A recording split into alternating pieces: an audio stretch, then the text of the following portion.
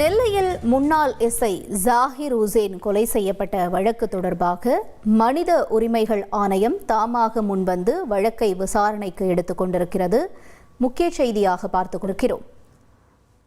கூடுதல் விவரங்களை செய்தியாளர் ராமசுந்தரம் வழங்க கேட்கலாம். ராமசுந்தரம், வணக்கம். இந்த கொலை வழக்கில் இதுவரை நடந்த விசாரணை என்ன? மேலும் தற்பொழுது இந்த மனித உரிமைகள் விசாரணை தொடர்பான தகவல்களையும் பகிர்ந்துக்கோங்க.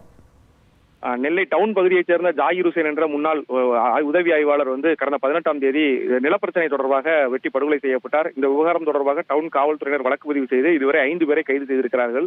முக்கிய குற்றவாளியாக ஒருவரை தீவிரமாக தனிப்படை அமைத்து தேடி வருகிறார்கள்.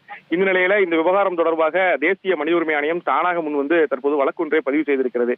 இந்த விவகாரம் தொடர்பாக ஏற்கனவே கொலை மிரட்டல் இருப்பதாகவும் தன்னை கொலை செய்ய இருப்பதாகவும் கூறி புகார் அளித்தும் காவல்துறை இதுவரை எந்த நடவடிக்கையும் எடுக்கவில்லை என்ற நிலையிலேயே இந்த கொலை சம்பவம் நடந்திருப்பதாக வக்பு வாரிய பிரச்சனையில இந்த பிரச்சனை நடக்கும் என்று தெரிந்து புகார் அளித்தும் காவல்துறை நடவடிக்கை எடுக்காதது ஏன் என கேள்வி கேட்டு தமிழக டிஜிபி மற்றும் நெல்லை மாவட்ட ஆட்சித்தலைவருக்கு 4 வாரத்தில் பதிலளிக்க கோரி நோட்டீஸ் ஒன்றை அனுப்பியிருக்கிறது. இந்த வழக்கை தானாக முன் வந்து தேசிய மனித உரிமை ஆணையம் விசாரணை நடத்தி கொண்டிருக்கிறது.